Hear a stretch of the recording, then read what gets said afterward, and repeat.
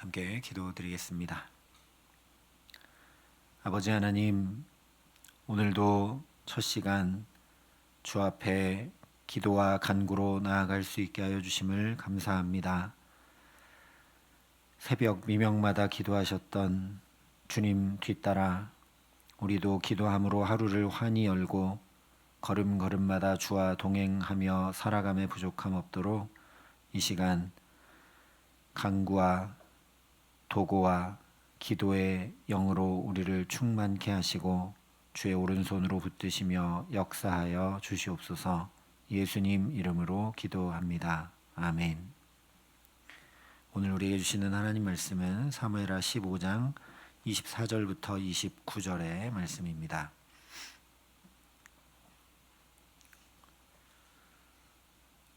사무엘하 15장 24절부터 29절의 말씀을 봉독해 드리겠습니다. 하나님의 말씀입니다.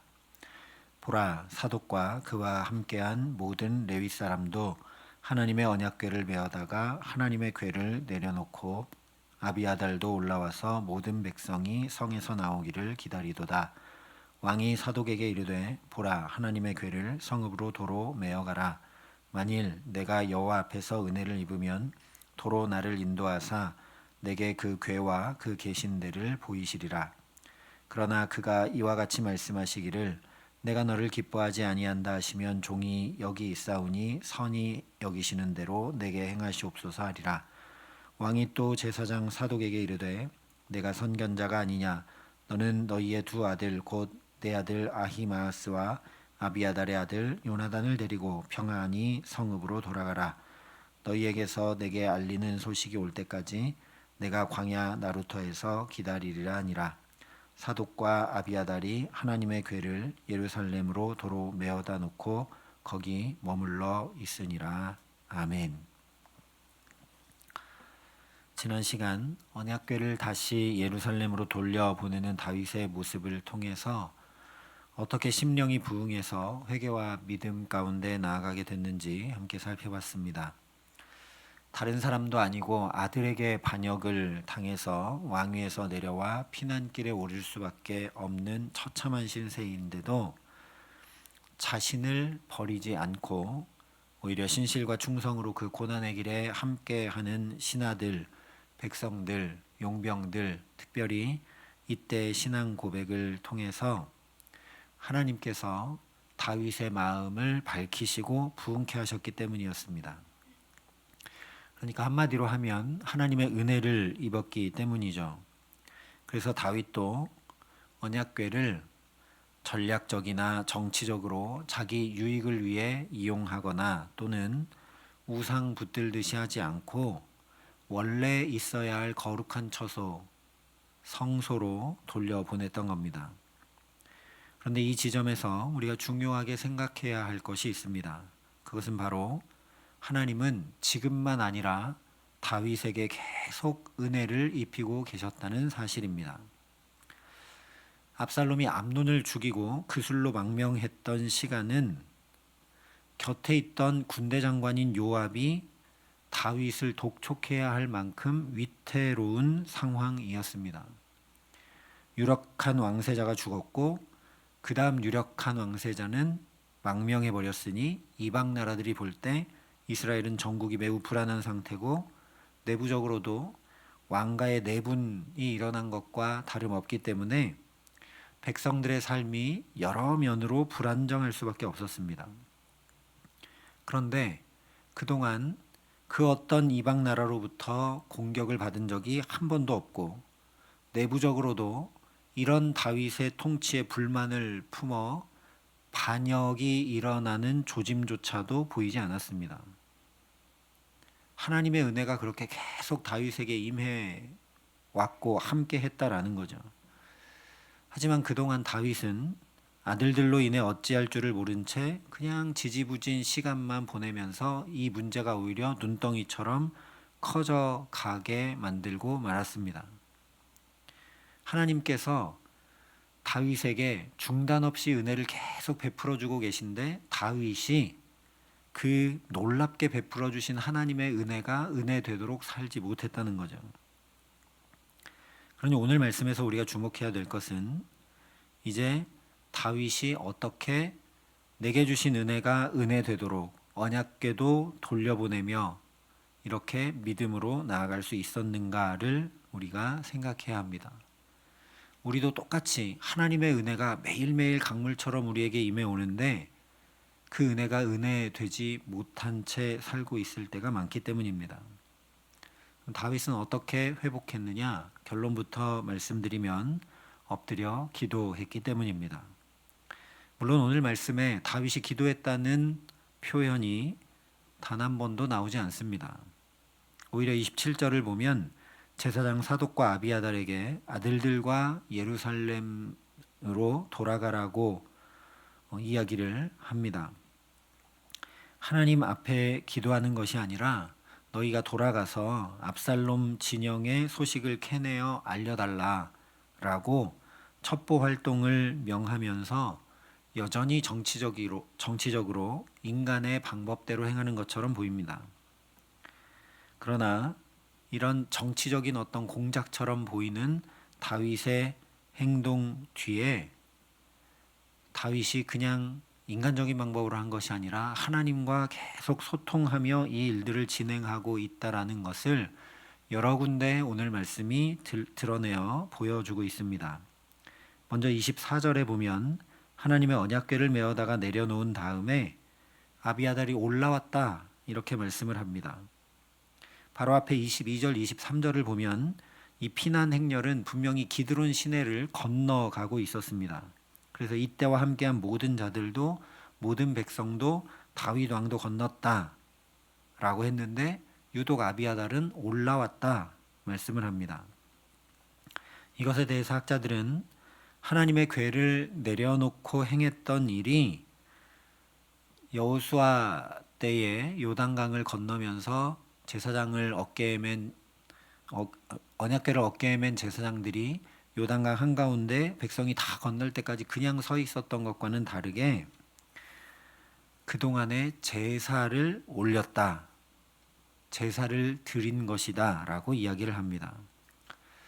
그래서 우리 성경에서는 잘 보이지가 않지만 영어 성경만 봐도 그들은 하나님의 궤를 내려놓았다. 그리고 모든 백성들이 도시를 다 떠날 때까지 아비아달은 제사를 올렸다. 이렇게 표현을 하고 있습니다. 유대인들의 율법 해석서인 미드라시도 보면 이런 아비아달의 제사는 바로 신탁, 즉 하나님의 뜻을 묻기 위한 것이라고 이야기를 합니다. 또 25절 26절에 보면 다윗이 만일 내가 여호와 앞에서 은혜를 입으면 또 내가 너를 기뻐하지 아니한다 하시면 이라고 말을 하고 있습니다. 둘 다 조건부로 말하는 것 같아 보이지만 다윗이 이렇게 말했다는 것 자체로 이미 하나님께 그 뜻을 물었음을 우리가 알 수 있다라는 겁니다. 하나님께 물었기 때문에 그러니까 하나님이 이렇게 하시면 만약 저렇게 하시면 이라고 얘기할 수 있는 거죠. 학자들도 지금 다윗이 말하는 것처럼 예 또는 아니요, 이것 아니면 저것 등의 양자택일적인 표현은 제사장들이 이 판결 흉패 안에 넣게 되어 있는 우림과 둠밈을 통해 하나님의 뜻을 분별했음이 반영되어 있는 것이라고 이야기를 합니다. 제사장들이 뭔가 하나님의 뜻을 물을 때는 우림, 둠밈 이 두 개의 아마도 조약돌처럼 생긴 돌을 가지고 하나님의 뜻을 이것 아니면 저것으로 판별했기 때문입니다. 뿐만 아니라 27절에 다윗이 제사장 사독에게 내가 선견자가 아니냐라고 말합니다. 원문 그대로 하면 너는 보지 않았느냐라는 뜻입니다. 이에 대해 학자들이 다윗이 제사장 사독을 통해 하나님의 뜻을 물었고 사독은 그 신탁을 받았을 것이기 때문에 다윗이 이렇게 얘기하고 있는 것이다 설명을 합니다. 즉 다윗이 내가 선견자가 아니냐라고 사독에게 말하고 있는 것 자체로 제사장을 통해 하나님의 뜻을 물었다는 중요한 증거라는 거죠. 사독, 너는 선견자로서 하나님의 뜻을 이제 분별하여 알게 되었으니 제사장들을 데리고 예루살렘으로 돌아가는 것이 마땅하다. 나를 따라올 일이 아니다. 라고 말하고 있다라는 겁니다. 동일한 맥락에서 25절에 언약궤를 돌려보내고 있는 것이라는 말씀입니다. 그래서 종합해서 얘기해 보자면 백성이 예루살렘 성을 나와서 기드론 시내를 이렇게 지나갈 때 다윗이 이 제사장들과 백성들이 다 이렇게 지나갈 때까지 거기서 제사를 드렸고, 즉 하나님께 뜻을 물었고 기도했고, 사독은 그 제사 가운데 하나님의 응답을 받았고 그것을 다윗과 이야기했고 알고 있기 때문에 이렇게 지금 다윗이 얘기하고 있다라는 겁니다. 그래서 무엇보다 26절을 보면 종이 여기 있사오니 선히 여기시는 대로 내게 행하시옵소서 하리라 다윗이 말합니다. 성경에 이와 똑같은 표현들이 나오는데 창세기 22장에 보면 하나님께서 이삭을 바치라고 명하시려고 아브라함아 라고 부르실 때 아브라함이 내가 여기 있나이다 라고 응답을 합니다. 그냥 내가 여기 있나이다 말만 한 것이 아니라 실제 이삭을 제물로 바쳐 드리고자 모리아산에 오르는 헌신과 충성을 행하죠. 모세도 타는 떨기나무 가운데 부르시는 하나님 앞에 내가 여기 있나이다 라고 답하고 이 역시 말만 한 것이 아니라 이스라엘을 출애굽시키는 주의 종으로 헌신했고, 이사야 선지자 역시 하나님께서 내가 누구를 보내며 누가 우리를 위하여 갈꼬 하실 때 내가 여기 있나이다 나를 보내소서라고 답하며 선지자의 사명을 감당했습니다. 이처럼 성경에서 내가 여기 있사오니 라고 하는 말은 하나님을 향한 전적인 헌신과 충성을 나타내는 관용구입니다. 그런데 하나님 앞에 기도하지 않은 사람이, 즉 하나님의 마음과 뜻을 묻지도 않은 사람이 내가 여기 있사오니라고 어떻게 전적인 헌신과 충성의 말을 하나님 앞에 할 수 있겠느냐라는 거죠. 그러니까 다윗이 이 말을 하고 있다는 것만 봐도 하나님 앞에 기도했다라는 걸 충분히 알 수 있다라는 겁니다. 그리고 이 말은 하나님이 내 편 되어 주시기를 바란 것이 아니라 다윗이 지금 이렇게 압살롬에게 반역을 당해 피난을 가는데 이 피난길 가운데도 내가 하나님의 뜻에 어긋나지 않게 하나님의 뜻을 따라 하나님 편에 서서 사는 삶을 살기를 구했다라는 말씀입니다. 그랬기 때문에 언약궤도 제사장들도 돌려보내는 것이고, 이제 살피겠지만 후에 시므이가 계속 따라오면서 돌을 던지고 저주하는데도 그가 저주하는 것은 여호와께서 그에게 다윗을 저주하라 하심이니 내가 어찌 그리하였느냐라고 할 자가 누구겠느냐 말하며 그 저주도 하나님이 내게 하시는 것이다 라고 다 듣고 받을 수 있었던 것입니다. 그리고 이렇게 목동 시절이나 사울 때문에 도피 생활을 하던 시절이나 왕정 초기와 같이 하나님 앞에 기도하기를 이제 회복한 다윗은 압살롬의 반역에도 불구하고 무너지지 않았습니다. 오히려 오늘 자기가 고백한 그대로 언약궤와 하나님의 임재가 있는 자리로 되돌아오게 하시는 놀라운 은혜를 입게 됩니다. 오늘 우리도 이 첫 시간 주께 기도할 수 있음이 얼마나 놀라운 특권이며 복인지 모릅니다. 다윗을 생각해 봐도 여러 일들이 있는 가운데 다윗이 기도할 생각조차 하지 않았습니다. 기도할 마음도 안 들고 기도할 생각도 못했던 거죠. 그런데 하나님께서 다윗에게 기도할 마음을 주시고 기도할 수 있도록 회복시켜 주셔서 기도했기 때문에 하나님 부어주시는 은혜가 이제 은혜되는, 이전의 은혜보다 어쩌면 더 크고 놀라운 은혜가 경험되고 누려지는 삶을 다윗이 살게 됩니다. 그러니까 우리도 이 기도의 자리에 있는 것 자체로 놀라운 은총이라는 거죠. 이 기도의 자리에 있는 것 자체로 은혜를 그냥 지나치지 않고 오늘 다윗과 같이 주의 은혜가 내게 은혜 되게 하심을 알 수밖에 없도록 하는 것이기 때문입니다. 뿐만 아니라 이제 우리가 이렇게 기도의 자리에 있기 때문에 주께서 내게 은혜를 주시겠구나. 그 은혜가 내 은혜가 되게 하시겠구나. 또 이전과는 다른 새 은혜를 내게 베푸시겠구나. 우리가 기대하고 소망하고 확증할 수 있는 것이 바로 우리가 이 기도의 자리에 있는 것인 줄 믿습니다.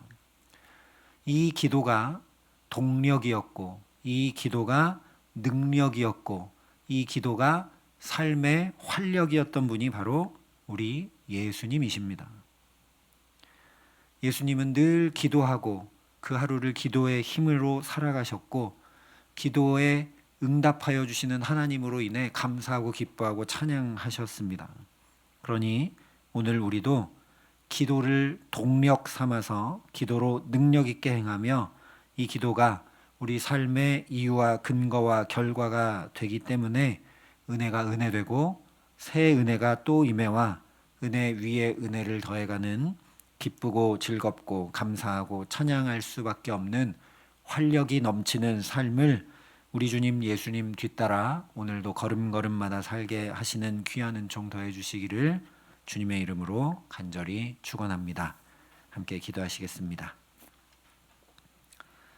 아버지 하나님, 주 앞에 나와 주님의 뜻을 묻고 주님의 마음을 알고 주님과 더욱 친밀한 교제를 나누는 이 복된 기도를 통하여 하나님 오늘도 주님 예비해 두신 주님 부어주시는 그 은혜가 온전한 은혜 되게 하여 주시기를 간절히 소원합니다. 오늘 이 하루 사는 동안 하나님 내게 예비해 두신 그 은혜 그냥 지나쳐가지 말게 하시고 오늘도 그 주님의 은혜를 가득 덧입어 주님의 은혜가 한량 없습니다. 주님의 그 사랑이 내게 차고 넘칩니다. 라고 우리의 오늘 이 첫 시간의 기도가 근거가 되고 이유가 되고 또 동력이 되고 능력이 되고 활력이 되어 힘있게 주와 함께 걸음마다 동행하는 복된 삶 살아갈 수 있도록 우리 모두에게 함께하여 주시옵소서. 이제는 주 예수 그리스도의 은혜와 하나님의 사랑과 성령님의 교통하심이 여기 머리 숙여 기도로 하늘문을 환히 열고 주시는 은혜를 가득 받아 누리며 살기를 소원하고 결단하는 여기 모인 모든 주의 성도들과 사랑의 빛교회 모든 교우들과 이 나라의 민족과 이 귀한 복음을 오늘도 세계 만방에 전하시는 선교사님들 가운데 이제로부터 영원토록 함께 하시기를 간절히 축원하옵나이다. 아멘.